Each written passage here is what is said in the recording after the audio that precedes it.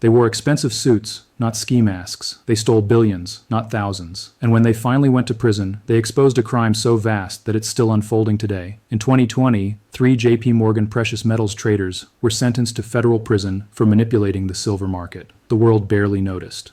But 6 years later, in February 2026, we're watching the exact same crime play out again, except this time, retail investors are the ones paying the price. And by the end of this video, you'll understand why what happened last Friday might be the biggest market manipulation in modern history. Let's go back to where this started. For nearly a decade, from 2008 to 2016, traders at JPMorgan Chase engaged in what federal prosecutors called a criminal enterprise to manipulate precious metals markets. Their weapon?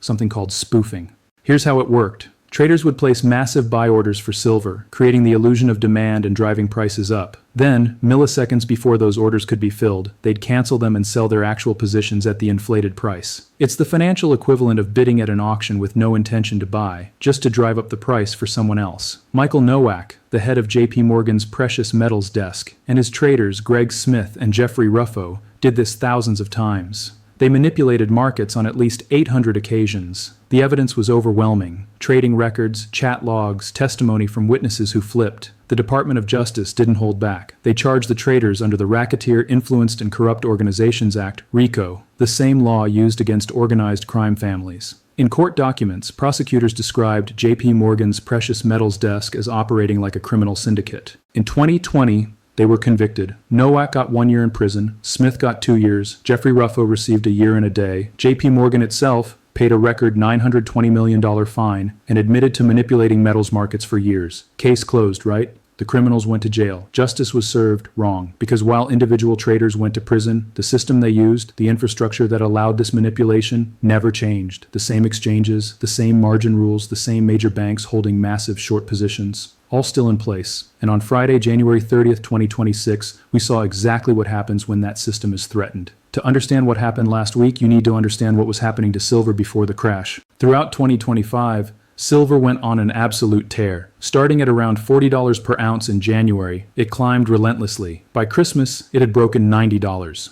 In late January 2026, it was approaching $100 per ounce, a 140% gain in just over a year. This wasn't just speculation. Physical silver inventories were at their lowest levels since 2016. Industrial demand from solar panels, electric vehicles, and electronics was soaring, and retail investors, remembering the GameStop and AMC short squeezes, were piling in. But here's the problem. Major bullion banks like JPMorgan and Goldman Sachs were holding enormous short positions. They had bet billions that silver prices would fall, and instead, they were facing catastrophic losses. By mid-January, analysis of COMEX data revealed something shocking. The paper-to-physical silver ratio was diverging sharply. There were far more paper claims on silver, futures contracts, ETF shares, derivatives, than there was actual physical metal to back them up. The banks were trapped. If silver hit $100, some estimates suggested losses could exceed $50 billion across the industry. Something had to give. And on January 27th, it did. January 27, 2026, silver traders watching their screens saw something strange. Despite record buying demand, despite physical shortages, despite every fundamental indicator pointing up, silver suddenly displayed what technical analysts call a gravestone doji pattern with climactic volume. Translation?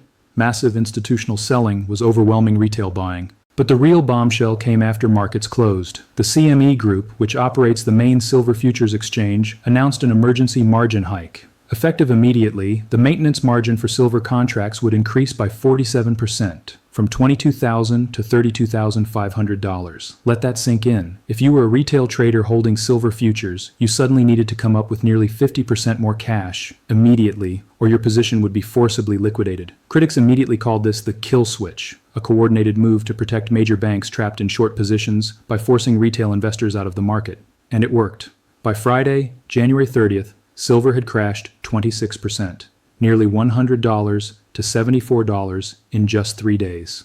Billions in retail wealth evaporated. But here's where it gets even more suspicious. During the crash, the London Bullion Market Association, the LBMA, which operates the world's largest over-the-counter precious metals market, reportedly went offline or experienced significant delays. Retail investors trying to buy the dip found themselves locked out. But institutional players, they had no such problems covering their short positions at fire sale prices. In the aftermath, major banks scrambled to explain what happened. Citigroup and JPMorgan, yes, the same JPMorgan whose traders went to prison for silver manipulation, published research notes calling it a natural mean reversion. Their argument? Silver's massive gains in 2025 had made its weight in the Bloomberg Commodity Index too high, forcing automatic rebalancing and mass liquidation. Sounds technical, sounds legitimate. But analysts are calling this excuse exactly what it is. Bank speak for a coordinated effort to trigger a selling stampede. Think about the timeline. Silver approaches $100. Banks are massively short. Suddenly, emergency margin hikes. Suddenly, the LBMA has technical problems. Suddenly, it's all just a rebalancing. This is the same playbook from 2008 to 2016, the same manipulation tactics that sent JPMorgan traders to prison, except now it's being executed through exchange rules and index rebalancing instead of individual spoofing orders. The crime hasn't changed. It's just gone institutional.